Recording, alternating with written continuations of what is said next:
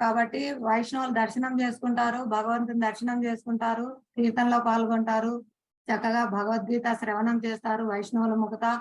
ఇంకా చక్కగా ప్రసాదం తీసుకుంటారు. మహాహారతి, మంగళహారతి చూసుకుంటారు.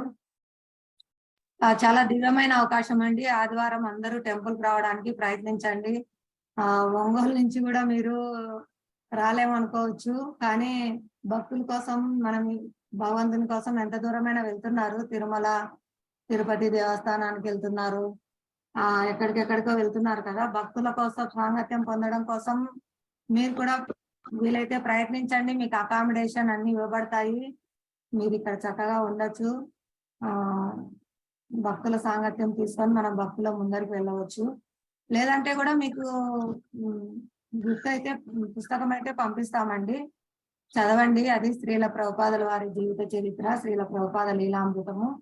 వారు మన కోసం భగవంతుని ఎలా తీసుకొనొచ్చారు, వారి లీలా విశేషాలు అన్నీ ఆ పుస్తకంలో ఉంటాయి. అది చదివితే మన హృదయంలో పూర్తి మార్పొస్తుంది.